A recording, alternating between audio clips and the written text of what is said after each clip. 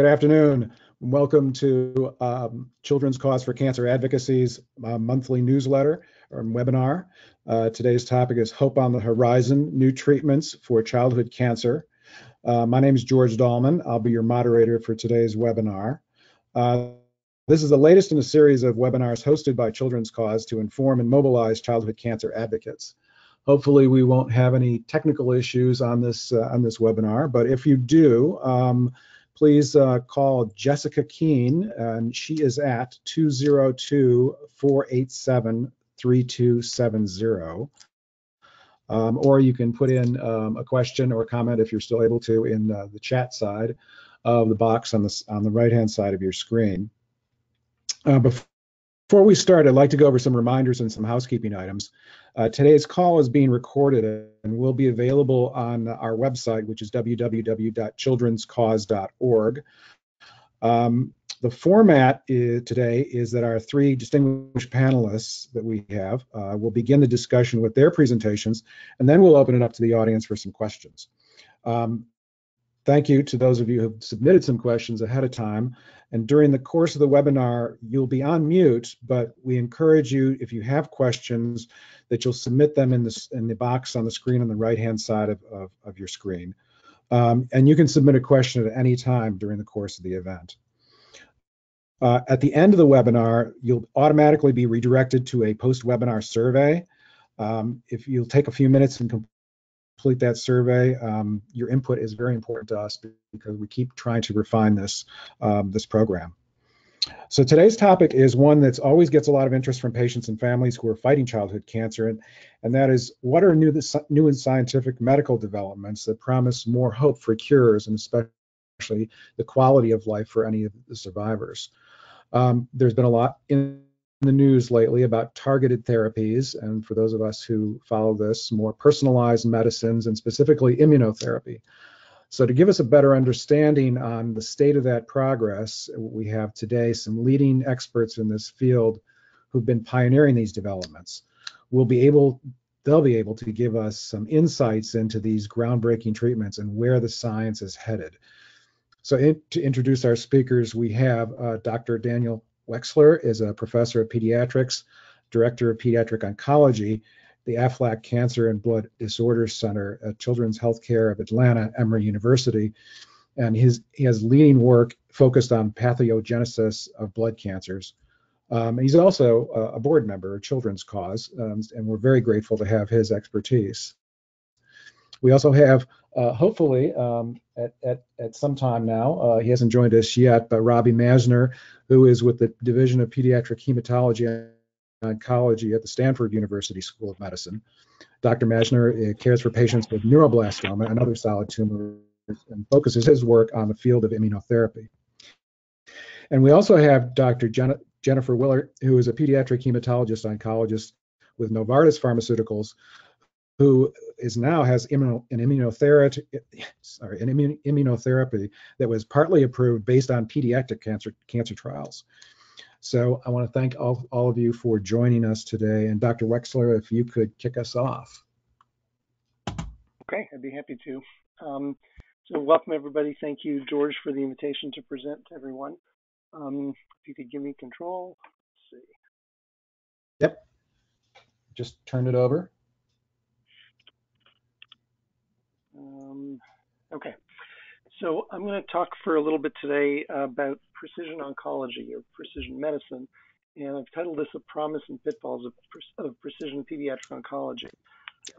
People have been talking about this a lot lately, about the whole idea of tailoring therapy to an individual patient, and some people call it precision oncology or precision medicine. Some people call it personalized medicine, and there's an incredible amount of promise to this approach. But what I want to share with you is some of the progress that we've made, but also how much more we need to make, because there are some pitfalls related to precision medicine. So just first, a couple of definitions. I don't know why this is delayed. So precision medicine is defined by different people in different ways. This is from the National Research Councils of the National Academies of Science. And they say that precision medicine refers to the tailoring of medical treatment to the individual characteristics of each patient. And key here is that it's a tailoring of medical treatment. There may be more to it than that. The NIH calls precision medicine an emerging approach for disease treatment and prevention that takes into account individual variability in genes, environment, and lifestyle for each person. What we would like ideally to do with cancers in both children and adults is do what we do when someone has a bacterial infection. And so when a patient has a bacterial infection, we take a sample of that infection and we test whether the bacteria that are causing the infection are sensitive or resistant to specific antibiotics. And so the bacteria are plated on plates, and then the ones we can determine whether they're sensitive to antibiotics or resistant to antibiotics. And then we can come up with a panel that looks like this, which you're not meant to read, other than that the antibiotics are listed across the top, the bacteria are listed across the side. When there's a red box, it means that the bacteria is resistant to that particular antibiotic. And when there's a blue box, it means it's sensitive to it. So as an example here, this particular bacteria, Pseudomonas, is resistant to a whole bunch of different antibiotics, but it's sensitive to a bunch of others on this side. So we can do this for bacterial infections in a matter of about 2 days usually, and then we can tailor the antibiotic therapy to the patient. With tumors, it's somewhat more complicated than this. But what we have done for many years is one size fits all medicine. So on the left here, you see a population of people, some men, some women. They're represented in different colors. And what we've started to do is stratified medicine. So we can say, let's group the patients into different disease subtypes, different demographics, clinical features, biomarkers. So now you have the patients in blue together, the ones in purple together, the ones in green together. And then we can treat according to groups as opposed to just the whole population. With precision medicine, what we want to do is be able to personalize things. So tailor everything to each individual patient, to their preferences, their clinical features, to what drugs they're taking, their environment, and so on. And so this is the goal. Another way of looking at it is in the next slide, which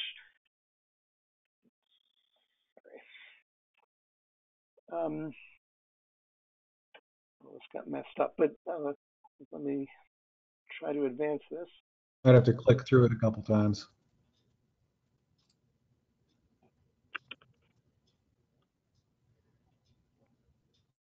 All right, so I'm just going to try.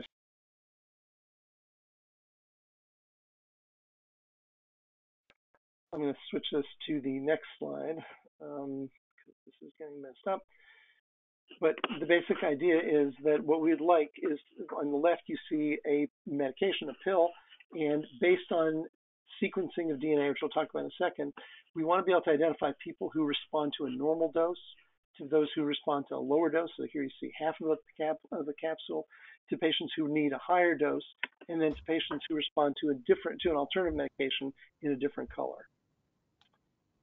Not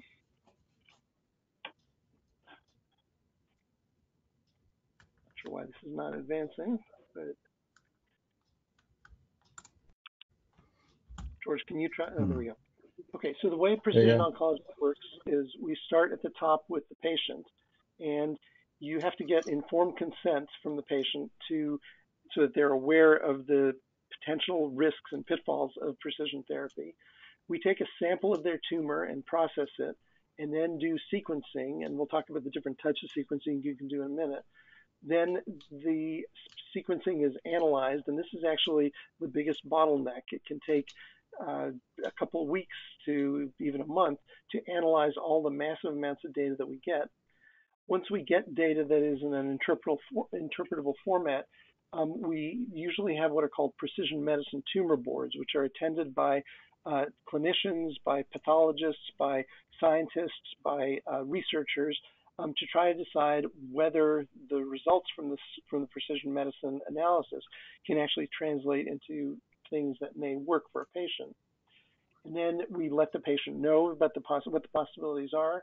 Then we hopefully are able to identify specific therapies that will work, and then that's translated back to the patient.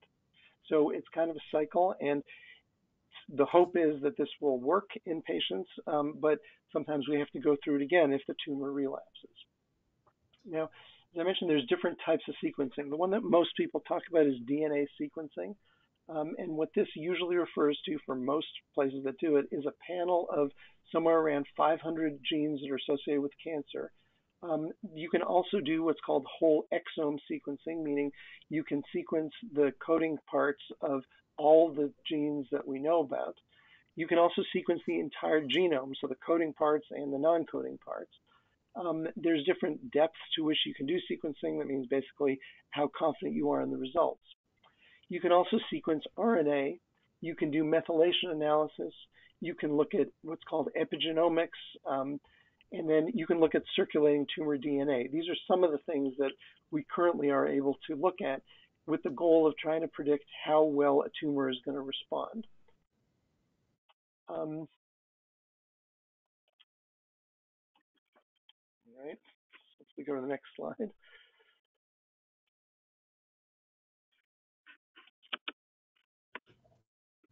George, can you try to advance it? Because it's not Yep. here. Let's see if it works from here.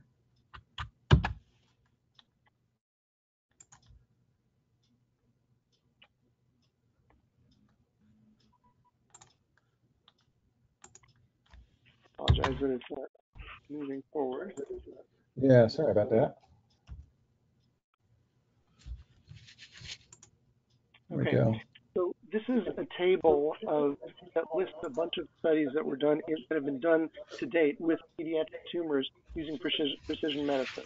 And the goal is not to actually be able to read for you to read this, but if this will advance, it sort of will summarize what these studies show. The bottom line is these are done at places like the University of Michigan, Texas Children's, Boston Children's, Hospital of Columbia, some German centers. And these were done from 2015 to 2017. And what the outcomes of these studies were is trying to figure out something that's actionable. And we'll talk about what actionable means in a second. But what you can see is that there's a very broad range from 4% all the way to 67%. And that makes us not very happy because it's very difficult to talk to a patient and say, well, you might have a 4% chance of finding something out that's going to work, or you may have a 67% chance. And the reasons for these differences are different platforms that were used, different analyses that were used. But although we're starting to understand this, there's still a ways to go. So deciding what actionable means is really important. Based on those definitions I gave you at the beginning, ideally something actionable, something that we find should lead to a specific therapeutic intervention that can attack the target that's identified by sequencing, that can contribute to cure and to prolong life. This is a paper from 2015 from a group at the University of Michigan, and this is a landmark paper that described their precision oncology program. And they had several examples of patients who had sequencing performed, and that resulted in changes in therapy that were associated with clinical responses. And that's what we want to happen.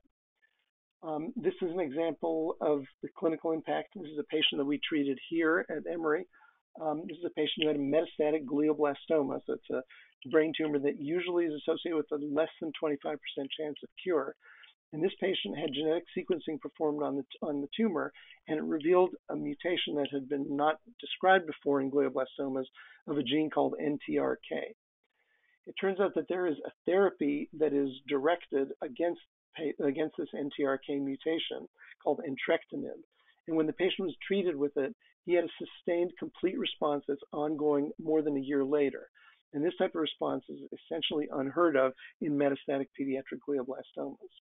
And so the take-home point was this case was presented at local precision medicine and national neuro-oncology meetings, and we're preparing a manuscript about it.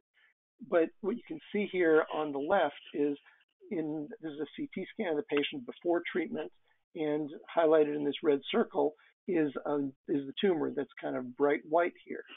And 4 weeks later, after therapy, you can see that it's essentially completely gone. And this was entirely the result of treatment with this NTRK inhibitor, which we would never have known about without having done sequencing. So this is the ideal. This is what we want to see. The problem is that this happens only about 10% of the time, depending on who you talk to.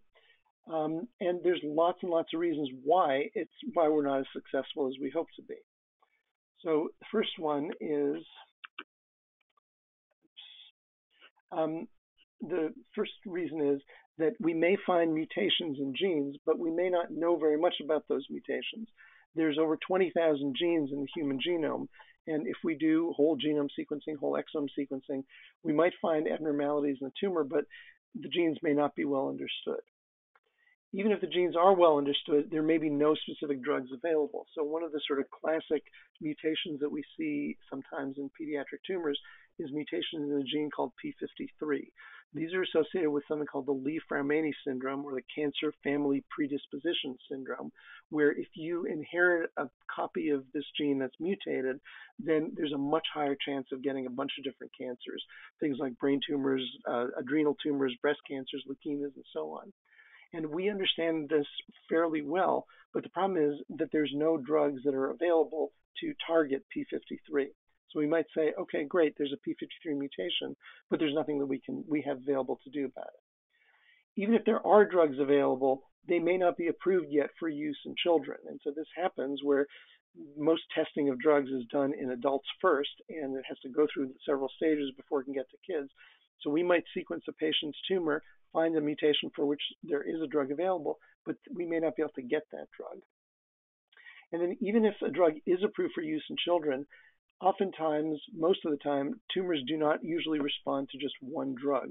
When we treat leukemia, we use probably 10 or 12 different drugs. For most solid tumors, we use combinations of 3 or 4 or 5 drugs. And so even if we find drugs that are available, we may not know how to combine them either with each other or with standard therapies. And so, so these are some of the roadblocks that we face when we think that we might find something that may be treatable, but then we can't do it. But there are other ways that precision medicine might have a clinical impact. It could identify a mutation that could potentially be causative, so we might learn something about cancer biology. And many of the quote-unquote actionable findings that have been published have actually been things that we've learned brand new things about, which may eventually lead to treatments, but they don't right now. Doing sequencing might identify specific changes in tumors that might lead to confirming or refining a diagnosis. They might provide prognostic information, and they might yield pharmacogenomic information, which means basically learning about how a specific patient might respond to a particular treatment. The other thing that we can learn from precision medicine is related to cancer predisposition. I mentioned that p53 syndrome before, but one of the other things that we often do when we do sequencing is we sequence not only the tumor, but we sequence the patient's germline DNA. That means the DNA that's present in every cell of his or her body. And if you do that, you sometimes can find out information that could point to a predisposition to cancer. Most of the time, we think that cancer happens for reasons we don't understand. But if we find a mutation in the patient that predisposes to cancer, that could have implications for the patient, him or herself, and it could have implications for family members, meaning that parents or siblings might be at risk. Currently, about 10 to 15% of pediatric cancers are thought to have a genetic predisposition. There was a paper from St. Jude's a couple of years ago that estimated that around 8 to 10% of tumors in patients that come in off the street actually have a genetic basis. But that's only for things that we know about. The estimate is that it may be as high as 30 to 40% of tumors might actually have a genetic predisposition. And this is a paper from 2015 that I just mentioned that said it was 8 to 10%. However, there are ethical challenges. So what if you find something when you do germline testing that you weren't expecting? What if you find a predisposition to heart disease or Alzheimer's or something else? How do you deal with that? And you might actually find something different in 2 to 5% of patients. That doesn't sound like a lot, but for those patients, it's important. If you do find something like that, there's the potential for discrimination later on in terms of jobs if insurance companies find out about it. How should this type of information be communicated to family members? What are the implications for screening of family members? What are the implications for family planning? So as an example, if there's a person who's inherited a p53 mutation and has already had a cancer, but has lived to his or her 20s and then wants to have kids of their own, if the patient has that p53 mutation, there's a 50-50 chance that they'll transmit that to their child, who then would have a high chance of getting a tumor. So all of these issues highlight the need for genetic counselors to be involved in precision medicine, so that when we get the information back from the sequencing, we're able to share it and discuss it with the clinicians, but there also need to be genetic counselors who have expertise in sharing information with families. Some of the challenges currently are the cost. So in order to do sequencing, again, it depends what sequencing you do, but it's roughly $5,000 per tumor specimen. The turnaround time is around 2 to 4 weeks. And that may be important because if someone comes in with a new tumor, you don't want to sit and wait 2 to 4 weeks. You want to be able to treat it as soon as possible. So trying to shrink that turnaround time is something that people are working on. There's the idea of intratumor heterogeneity, and this is a really important concept. This is a paper from a few years ago from the New England Journal about a patient who had a kidney tumor.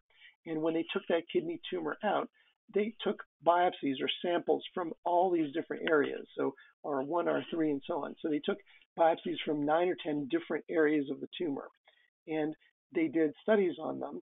And what they showed, and again, the details of this picture don't really matter, except to show that here's R4 and here's R5 on different sides of the tumor. And when they stain for this particular gene, you see very little brown here, you see a ton of brown there. You see a different pattern here, a different pattern there. So the point is that depending on where you take the biopsy from in the tumor, you might get widely different results that could color what the analysis shows.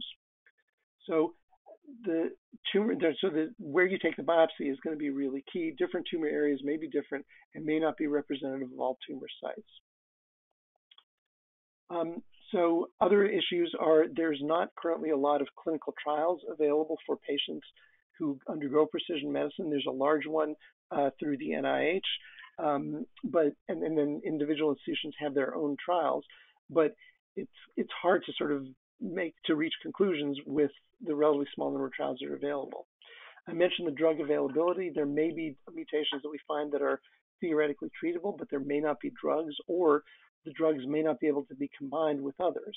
And this is, again, a really, really challenging issue. If we have a patient who comes in with a particular tumor, say Wilms tumor, where the cure rates are 90%, and we do sequencing and we find a particular mutation, how do we integrate that new drug that may be effective with treatment that already is going to work, give a 90% cure rate? So these are some of the challenges. I mentioned molecular tumor boards. We get massive amounts of information from these sequencings. It's a process for evaluating the information that we get to determine whether the mutation is real, whether it's actionable like we talked about, are there treatment possibilities, how to integrate the tailored therapy or the targeted therapy into the treatment. What if you find something unexpected, the implications for the family? And as I mentioned, this is a multidisciplinary effort that includes oncologists, pathologists, researchers, and genetic counselors. It's important when we talk to families about sequencing that the molecular tumor board may have different recommendations. They may be able to recommend a treatment. As I mentioned, that only happens about 10% of the time. We might want to get a developmental therapeutics consult. Many programs have groups of physicians who have trials for new drugs that are available. They might recommend further sequencing or additional studies to confirm these mutations. And again, we talked about genetic counseling. But really importantly, it may be that the molecular tumor board comes up with no recommendations aside from current care. And what this ultimately means is that if every patient is an individual, then the treatment is going to be individualized too. And what you find in other patients may not necessarily relate to a given patient. So it's really important to sort of set the stage and not have expectations that just because we do sequencing, there's a good chance we'll find something. Someday that may be true, but we're not there yet. So in summary, precision medicine programs exist at many different institutions. There's a high potential for clinically impactful information that could be therapeutic interventions, could let us learn about tumor biology, could inform us about cancer predisposition, but there are challenges. It's really important to have realistic expectations, and much more study is needed.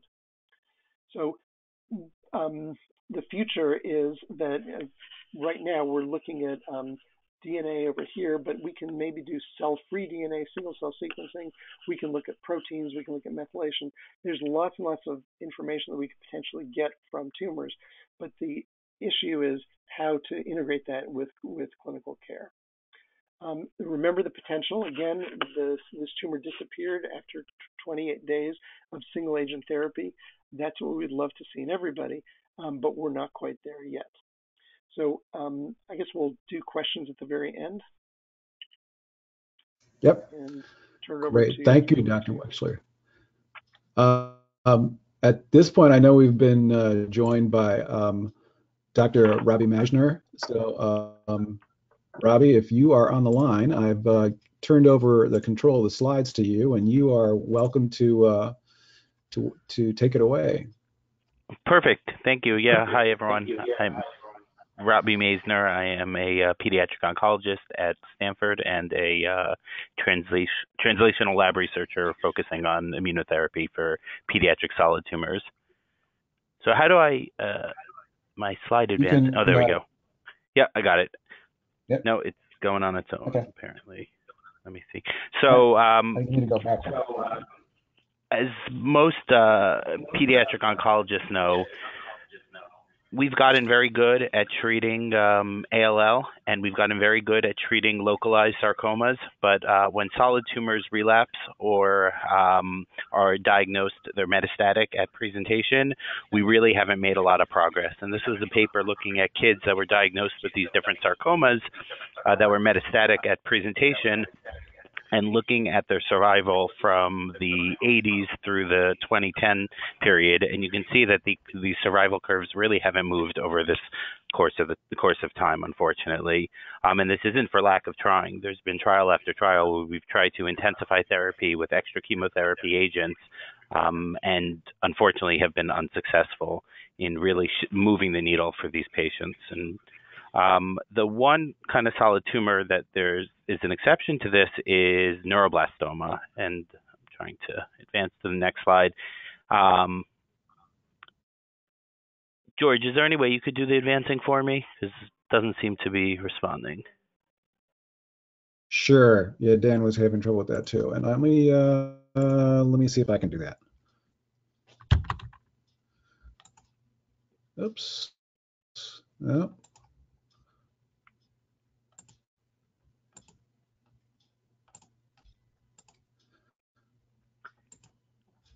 Okay. Let me see if I can do that.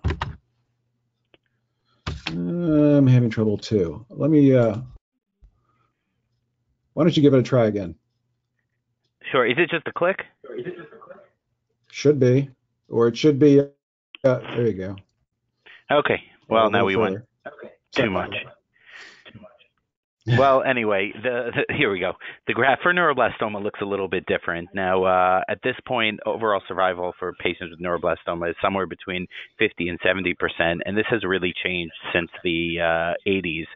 And what's happened is basically clinical trial after clinical trial, neuroblastoma, fortunately, has been successful in finding new modalities of therapy to integrate. And most recently, this has been the integration of dinutuximab, which is a monoclonal antibody against sugar expressed by neuroblastoma cells called GD2. And we think this is really a representation of the potential for immunotherapy and the integration of immunotherapy into the treatment of pediatric solid tumors to really start shifting the needle for these patients.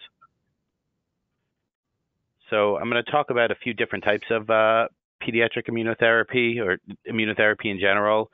And some of them are older and have been around since the 60s, 70s, and some of them are really new and have come up in the past 5 years. So it'll be monoclonal antibodies, checkpoint inhibitors, CAR T cells, and bispecific antibodies mainly. So monoclonal antibody is basically a tag that immune system makes, an immune system from a human or from a mouse makes against a target on the cancer cell. Sorry, I'm having trouble. There we go. And here is just a schematic of what it looks like. And I'm sorry that the font is in gray. I'm not sure why I did that. I hope everyone can see it. But really, this is a tag that recognizes something specific on the tumor cell and marks that tumor cell for removal or killing by the immune system. And a few different cell types in the immune system, including macrophages and natural killer cells, as well as the complement system, as seen in this picture here, can be the ones that do the find the tagged cancer cell and then do the removal, the immune-based removal.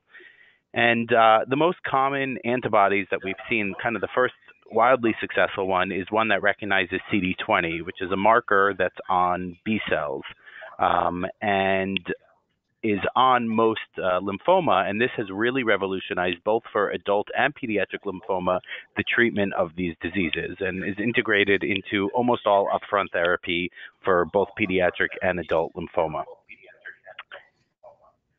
Now, we have not had as much success in finding further targets for immunotherapy. The one exception for that is GD2, which is this sugar that's or a sugar fat molecule that's expressed at very, very high levels on neuroblastoma. And it was an antibody that was a couple of antibodies that were developed against GD2, and took about 40 years for it to get to the correct setting clinical trial, but in the early 2000s went into clinical trials for patients with high-risk neuroblastoma and is now FDA approved, and is probably one of the only drugs ever to get FDA approved just for the indication of a pediatric solid tumor.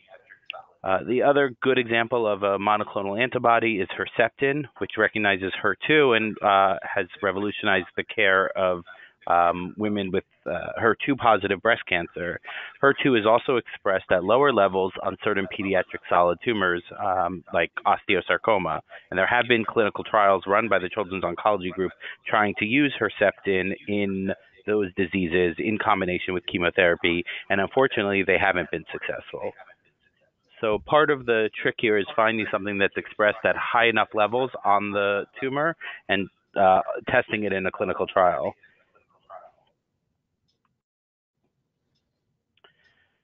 The kind of next generation iteration of an antibody is called an antibody drug conjugate. And here you basically take an antibody and you just use some chemistry that I don't fully understand to link a chemotherapy agent or a toxin to that antibody.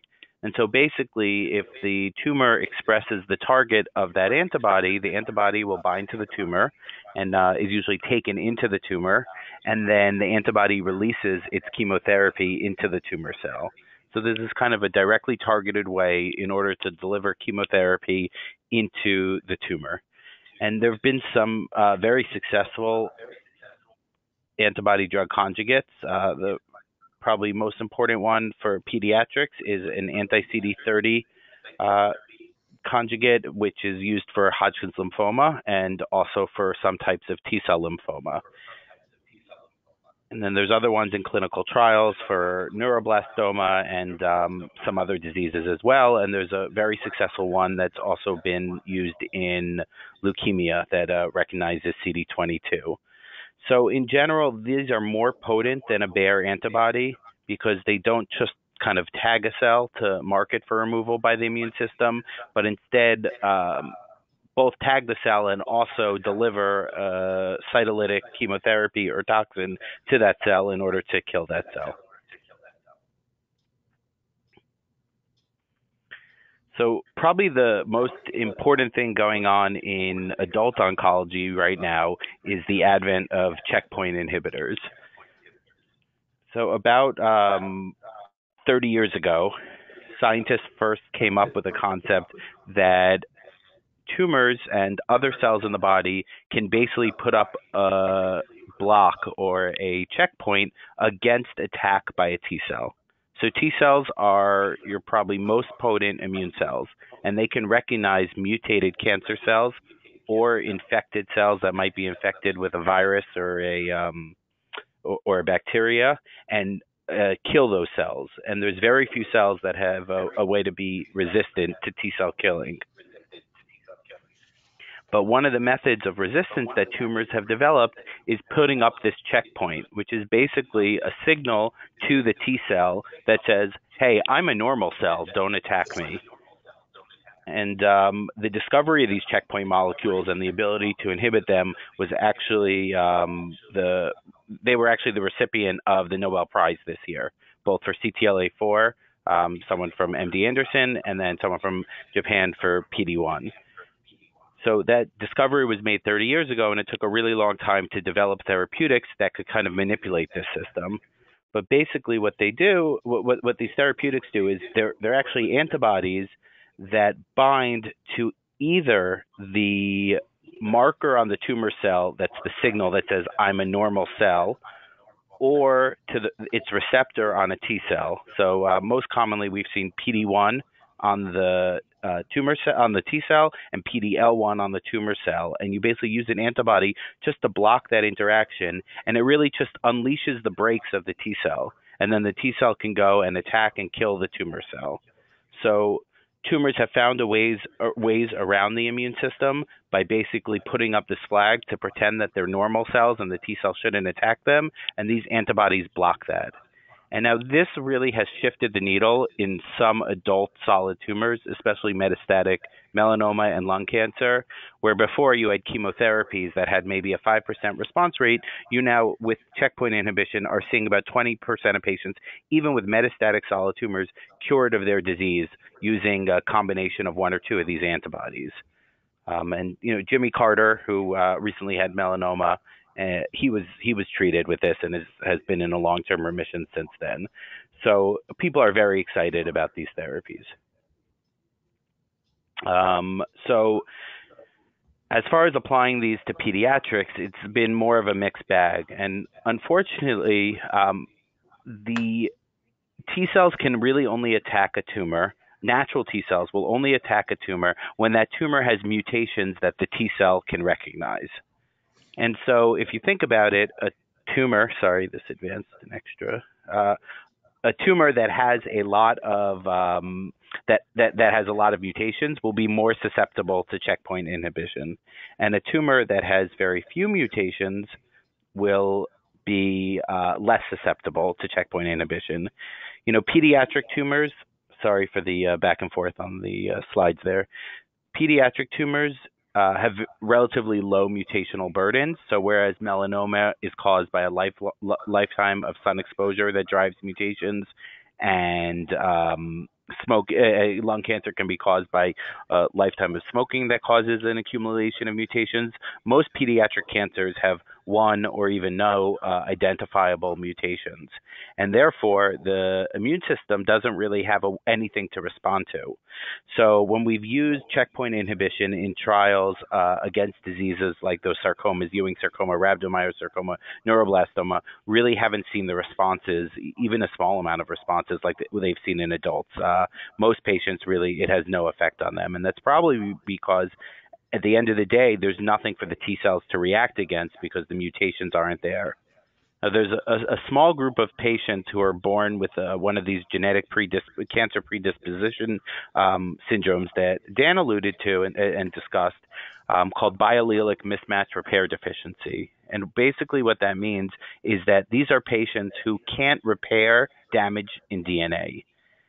Every person, when they're making new cells in their body, the machinery makes some mistakes in DNA, and then you have machinery that comes in and repairs those mistakes back to where they should be to prevent the mutations from propagating from generation to generation. And the patients, kids that have mutations in that machinery, get a lot of tumors, especially glioblastomas, but they can also get leukemias and other solid tumors. So there's work published out of Ori Tabori's group in Toronto, where they took these patients and they gave them those checkpoint inhibitors, the PD-1 inhibitors, and they saw this dramatic response in those patients. Those patients had their tumors really disappear temporarily, but completely, all based off this unleashing the T cell's natural ability to recognize mutated cells. And when you give these PD-1 inhibitors to patients with glioblastoma that don't have biallelic mismatch repair deficiency, you don't see the same level of response.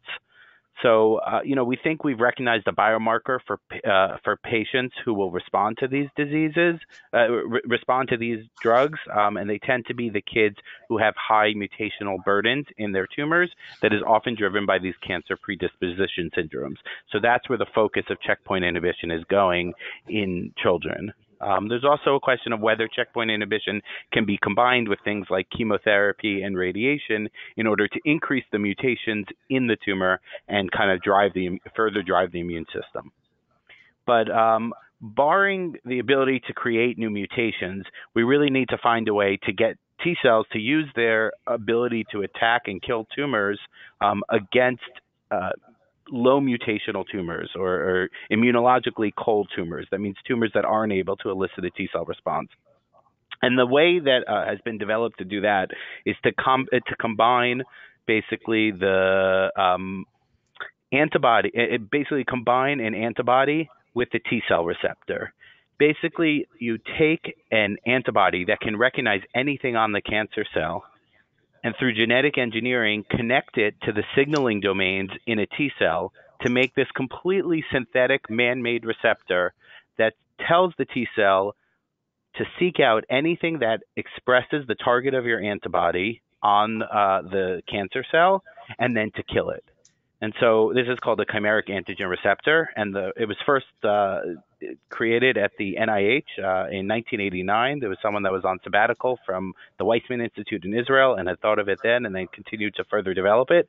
And it took kind of 20 years of advances in genetic engineering and antibody engineering in order to get it really to work clinically. But this really now has revolutionized the care of children with relapsed ALL and adults with relapsed ALL and lymphoma. And in that case, basically use an antibody that recognizes CD19, which is a protein that's expressed on almost all ALL, lymphoblastic leukemia, B-cell lymphoblastic leukemia cells. Also, most B-cell lymphomas express CD19. And you basically arm your T cells against CD19. And I think Jen from Novartis will talk about the development of anti-CD19 CAR for kids with leukemia a little bit after me. But it's really been an amazing thing to watch a technology that was developed by academics in the laboratory go through iterations with the improvements in technology in order to become a very clinically relevant therapeutic. And also really first in class that was first approved, FDA approved for the treatment of children with cancer. And basically the way it works is a patient that comes with cancer will come and have their T cells removed from their body through pheresis, much like if you give platelets or certain types of white cells. And then those cells are then sent to the lab, use a virus in order to introduce the synthetic receptor into the T cells, and then give it back to the patient. And the T cells start recognizing cancer cells, and then once they do, they send a signal that they should multiply and grow. Patient goes through oftentimes a very severe immune response that looks like a very bad infection, and then we give some medicines to get them through that, and then that subsides. And when they come out of it, they most often are in a complete response with no identifiable leukemia left in the body. And as I mentioned, this led to the first FDA approval of a gene therapy for cancer. And it's just amazing for all pediatric oncologists to witness that this happened for children before it happened for adults, which is very rare and is really a testimony to the work by Penn and Novartis, and everyone has been thrilled to see this happen. And now we're focusing on trying to use the same technology to recognize other tumors, both other leukemias like AML and T-cell ALL, but also even more importantly is solid tumors. So I will just probably end there and hand over to Jen. Sorry, I have one more slide here, which is just that unfortunately, like everything in cancer, tumors have figured out a way around CAR T-cell therapy. And the most important thing that we've seen happen is all leukemia had CD19 on it before we started targeting CD19. And then after we targeted CD19, we started seeing antigen escape, which is basically the leukemia just figures out how to live without CD19. So there are now CARs against other molecules on leukemia, and we're trying to combine them to make these these dual targeting CARs in order to prevent cancer from getting around this therapy. And we think this will be much like the advent of chemotherapy, when one chemotherapy could put ALL into remission, but no patients were cured until you started combining several chemotherapies. And then, okay, I have one more slide. Sorry about that. There's also blinatumomab. This is kind of known. This is a bispecific antibody. This is kind of known as a poor man's CAR T cell because it's much easier to produce and slightly cheaper than CAR T cells. But basically, this is an antibody that can hook up your cancer cell to your natural T cells and send a signal to your natural T cells to kill the tumor cell.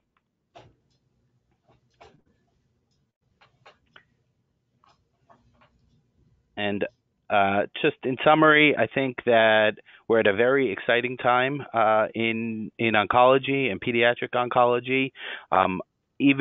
But what's been revolutionizing adult oncology with checkpoint blockade is unlikely to revolutionize pediatrics. And I think in pediatric oncology, we're really going to use these synthetic immunotherapies. So things like engineered CAR T cells, bispecific antibodies, and monoclonal antibodies in order to increase survival for patients. Great. Okay. Thank you, Dr. Messner. At this time, and it was a great transition to Jen, Dr. Jennifer Willert from Novartis, who will tell us something about the Novartis experience. Dr. Willert, if you... George, and yeah, I'm here. I'm not. The screen just changed for some reason. I'm not seeing the slides now. Right. Can you just advance them for me? Maybe that might be Yep. easiest. And in the interest of everybody's time, would you let me know? Are we a hard stop at 4 o'clock? Because I would like people to be able to. We're not. Okay. But I will do my best to be respectful. Okay. So first of all, thank you to Dr. Wexler and Dr. from Stanford for setting this talk up and preparing things. I am a pediatric hematology oncologist specializing in transplant for children in academic medicine as a very busy clinician for 20 plus years. And I just joined Novartis in June of this year because of so many of my own personal experience with my own patients at both Stanford and UCSF being essentially cured of their disease with this revolutionized therapy. I have a lot of neuroblastoma patients as well that are alive because of the 1418 chimeric. So with that, let's go to the next slide. We are doing all we can here to increase access to care. So the opinions expressed in this presentation and on the following slides are solely those of the presenter, not necessarily those of Novartis. Go ahead. And I am obviously paid by Novartis. So this is incredibly exciting. And again, I've been in this field since the kind of mid to late 90s. Carl June, instrumental in really starting the field with immunotherapy. And it really, as Tim Kripe says here, it's really the most exciting thing I have seen. It's completely a paradigm changer. It's changed the world of my patients and my practice so much that I made the jump from academia to pharma. I'm very thankful I still get to see patients once a month at UCSF. And many of my own patients are still doing remarkably well. Next slide, please. George, it's okay. I'll be patient. Yeah, sorry about that. Yeah, no worries. It's okay. It happens. Having trouble with the technology. That's okay. Do you want to pull it up on my own screen?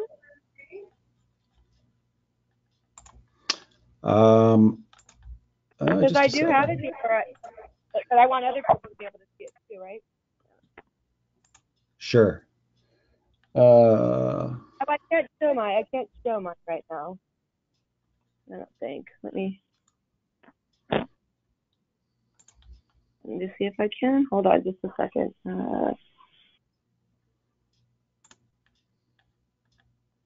Here we go. So you got it? Okay, wait, don't share my screen. You're not, right? Let me get back to where the webinar is. Yep. Okay. Go ahead. Okay.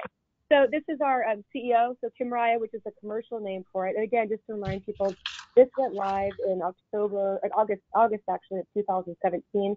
At UCSF, we were treating the first patient besides at CHOP. And it's the first commercialized FDA-approved cellular therapy, and it was approved in pediatrics, which is a really big deal. And it's now approved in adult lymphoma as well. Next slide. So I think we've already discussed this quite a bit, but basically it's an individualized therapy. The patient's T cells are collected through a process called leukapheresis. They're sent to our facility here at Morris Plains in New Jersey. We've got a number of labs now being developed internationally so that we can increase access to care at a global level.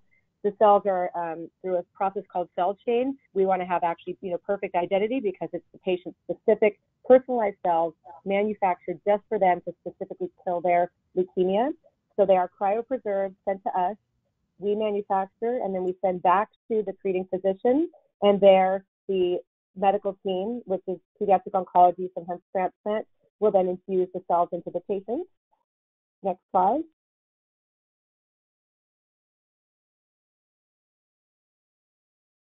Okay. And being patient. And again, so it's somewhat similar to what Dan had presented for the tumors, right? You're looking to see specifically what the cancer will respond to. In this case, actually, the leukemia, because it has CD19 on it and B cells have CD19 on them, it's individualized for the patient, but it's specific for the CD19 free B cells. So this is our manufacturing process, which I basically just explained. We don't need to look at that slide again. Next slide. Yep. Again, the cells are frozen. The process is called cryopreservation. That's very common. We do that for neuroblastoma also, and we collect patients' own cells to rescue them from high-dose chemotherapy. So it's something we've been doing for a long time. The middle slide is important. We have, and I won't go into the lots of science, but the construct that we have, which is 41BB, which is different than other CAR Ts, does seem to be enhancing cellular expansion. It also comes on a little bit slower, so we're seeing less toxicity with this particular product, and it's very durable, meaning it lasts a long time, and I'll get to clinical trial data in a bit that demonstrates that. So we at Stanford, and I was there when this trial was developed with Novartis, participated in a global clinical trial for two distinct indications. One was called Eliana for pediatric 3B leukemia, and the other was for refractory relapsed diffuse large B-cell lymphoma in adults. And I'll go into a little bit of detail on those studies, but those are basically what allowed us to go live and have FDA approval to go to commercial products. Next slide. So this is exciting. We just had this data updated at the American Society for Hematology meeting. Dr. Steve Grupp presented. Dr. Shannon Maude is another first author and incredibly helpful in developing and moving this field along. Our partnership with Children's of Philadelphia and University of Pennsylvania has been instrumental in partnering to move this forward, and it's been one of the most beautiful examples of partnership between academia and industry that I have ever seen. It's mind-blowing, and it's really resulted in things turning around fairly rapidly and now expanding access all over the world. So as you see here, this study had patients, there was a total of 79 high-risk refractory patients, a lot of them with very high disease burden. And looking at the relapse-free survival, at the relapse-free probability, you can see that after about 6 to 12 months, things really have remained durable, meaning if the patient gets out to 6 to 12 months and remains leukemia-free, the odds of them remaining leukemia-free is really significant. And now we're at 24 months out from this study. The young girl that was treated is about 6 years out, and so we do know that it can be durable. We're still obviously following this up for still some time. And as you can see here, the 12 months was 76% for overall survival. At 24 months, 66% survival. The relapse-free survival, really essentially the same from 66 to 62. There's other causes of potential death, other complications, but the good thing to point out is that once the patient has a good response, it does appear to be durable. Safety, I'm not going to go into a lot of details. There are some safety issues, and we have to do extensive training and documentation of that at all of the centers. There's something called CRS, which is a process kind of similar to septic shock with a lot of cytokine release. They really developed an excellent way of treating this at Children's of Philadelphia, including using a brand new medication called tocilizumab that specifically blocks one of the mediators of this particular process. And that is also now FDA approved specifically for this indication in this disease with CRS associated with CAR T, which is amazing. And that got approved by the FDA relatively quickly. As you see, about half the patients had higher degree CRS. Most of them do recover, though, with good supportive care and good medical management, including intensive care at some times. And then there's also some neurotoxicity in a lower percent, about 19% of patients. And usually that's transient. None of it was fatal in children. Next slide. So this is our treatment network. We have centers all over the country, as you can see here. There's certain parts of the country that are more remote and don't have the established FACT-accredited or transplant centers. Specifically, this product is really only usable at this time in centers that are pediatrics approved for allogeneic transplant, FACT-accredited, and then extensive training has to occur at all levels of care providers, from doctors to nurses to really anyone who's going to be at the patient's bedside. And we continue to retrain with that and audit it. And that's why it's important to have us medical directors, such as myself, available to help in guiding and training and working with the centers. Okay, next slide. We are also expanding our global footprint, as seen here, and this has occurred pretty rapidly just this year. So it's now approved in the EU, Health Canada, Swissmedic, Australian Therapeutics, and will be also in Japan. And we're looking at additional regulatory filings for both pediatric and young adult patients with refractory relapse B-ALL and also adult patients in Japan. There's other markets being evaluated in order to provide greater patient access to Kymriah across the globe. And we're also working extensively to develop additional manufacturing laboratories so that there's not as much shipping back and forth, and we can really optimize access to care and manufacturing capacity. Next slide. So this is beautiful. This is actually at the lab where the cells are made and manufactured, and it's called the Wall of Hope. And every light on this Wall of Hope represents a patient whose cells have been manufactured with Kymriah. And it's a reminder that each product represents our hope for a unique cancer patient, and it is our responsibility to them.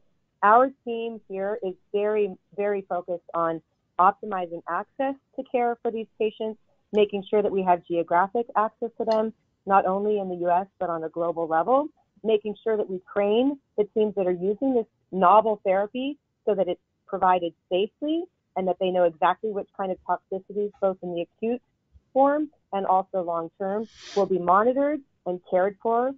We are here to support centers. I cover about half of the United States right now. We have an amazing team here. I'm beyond impressed with all of the hard work that's gone into this product and continues to make it safe. I myself went into this field and joined Novartis to help make it safe and increase access to care all over the world. And because this is a pediatric-based webinar, I did not go into the lymphoma data, but I would like to point out that we are able to treat patients 18 and over with the Kymriah commercial product, and we are able to make exceptions at times for younger patients if they're of a right size. And there's certain clinical trials that are in process also to expand access to these patients. So know that on the horizon, it's rare to have, diffuse large B-cell lymphoma or other B-cell lymphomas like Burkitt's in pediatrics, but it does exist, and those patients are very high risk as well. And there is a commitment to ultimately providing some access to care, whether through clinical trials or commercial products. And for the adult patients as well, a lot of young patients, adolescent young adult patients up to age 25 are eligible to get the commercial product for pre-B-ALL. And that's a very special high-risk population, and I wanted to really point that out and make sure that people are able to advocate for that and increase their access to care. And that I think is the last slide. Yeah. Okay. So we can stop for questions. Thank Great. you. Well, thank you very much. That's great. And all of you, thank you very much for the presentation. That's all very hopeful. And I can't believe that in the 20 years or so I've been in this community that things have gone as far as and fast as they actually have. And it's incredibly impressive. And I think those of us in the community have a great deal of thanks for you and all of your colleagues, all of you who've been working so hard on this. I know from my own personal experience as a parent of a survivor that it's been the incremental work of so many people and physicians and the support staff that have taken this as far as it has.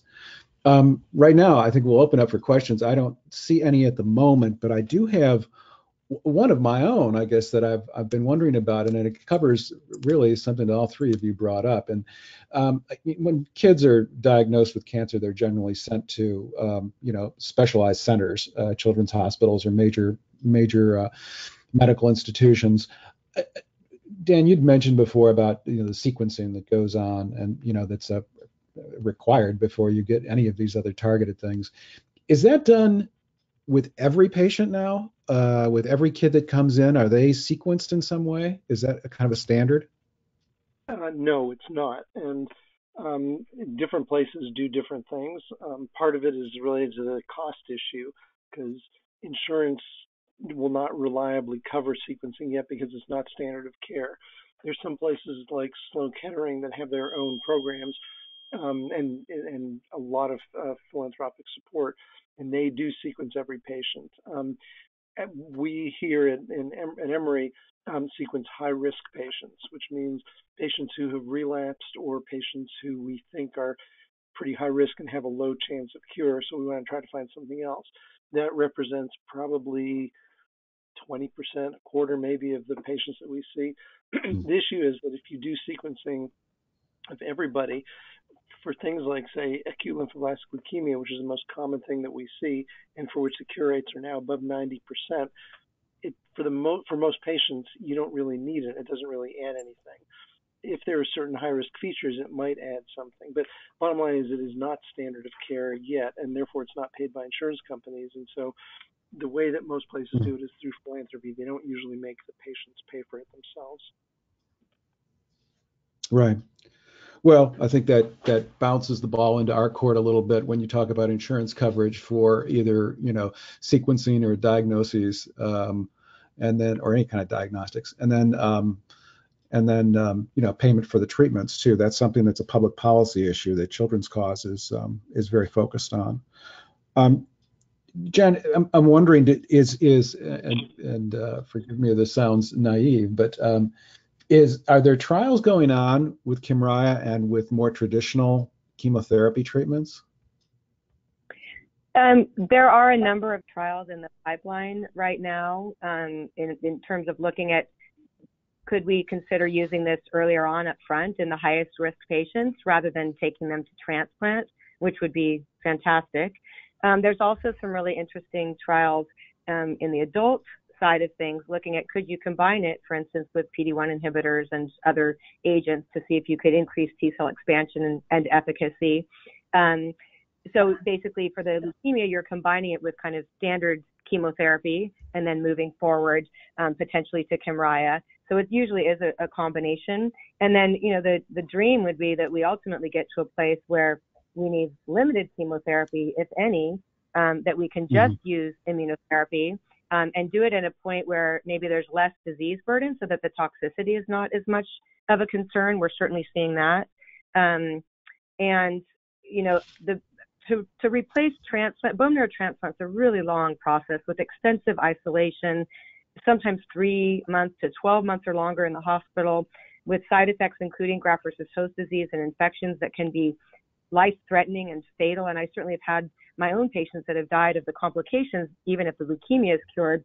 So I think all of us here, Robbie, Dan, and me, I think most of us in the field are really dreaming of a future where we can utilize the immune system rather than toxic agents like radiation, chemotherapy, and bone marrow transplant or blood and marrow transplant including cord blood or PBSCs, in order to really cure patients. But these are little kids and young adults that have a whole life ahead of them, and late effects are significant, and we are hoping that we can minimize this with this therapy. I can say that my own patients and what I hear all out in the field and the data presented, patients that have received CAR T, they're able to go home and go to school and play and be with their family within a month of treatment and have a pretty normal immune system within 1 to 2 months.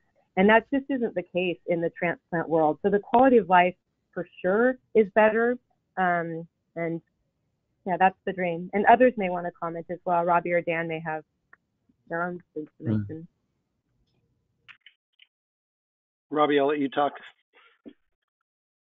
He may have gone. He said he may have another appointment to go to, so he may have dropped off. There is a question that it has to do with specific to osteosarcoma. Some new genomic studies are showing the value of testing a diagnosis, so identifying amplified genomes before relapse occurs, and it's much more difficult to treat. The question is, how much data and how much time is needed to eventually influence the standard of care? That's a great question. The answer to which is hard to provide. As we talked about in terms of personalized medicine, every individual is an individual and is going to have some aspects that are different from others. What we've done the reason we've made the advances in pediatric leukemia that we've made, going from cure rates of 10% in the 1960s to 90% now, is that we have sort of grouped patients into certain groups based on age, based on extent of disease, now based on the specific molecular changes that they have. And then when we've had enough patients in a group to sort of show differences, that has led to changes in how we do things. The difficulty is when each patient is an individual, you're going to need lots and lots of patients with exactly the same makeup in order to convince somebody that it's time to sort of change the approach. Osteosarcoma is one area that we really have not made that much progress in over the years. And the hope is that with sequencing, and not just DNA sequencing, but sequencing of RNA and non-coding RNAs and so on, that we'll be able to find something that can predict. Just for in osteosarcoma in particular, one of the things that we do that's kind of crude now is that when a patient is diagnosed with a bone tumor or osteosarcoma, they get chemotherapy for about 9 or 10 weeks, and then they have some definitive procedure to either amputate or to do a limb salvage procedure or something like that. And at that time, when the tumor is taken out, or what's left of the tumor is taken out, the pathologists do an assessment of how much of the tumor is still viable. And if you see more than 90% of the tumor cells are killed, then that has a good or a better prognosis. That's referred to as a biomarker. And we'd like to do the same kind of thing, but at diagnosis, because in this case, if you do it after 10 weeks of therapy, you may have missed out on your opportunity to do something different. So that's the whole point of the sequencing, to try to find things that will predict better or worse outcomes later on so that you can change things. But we're still in the infancy of doing this for osteosarcoma and other tumors too. But the hope is that within a couple of years, we'll have enough information that we can then be able to predict and then change therapies. Yeah, that is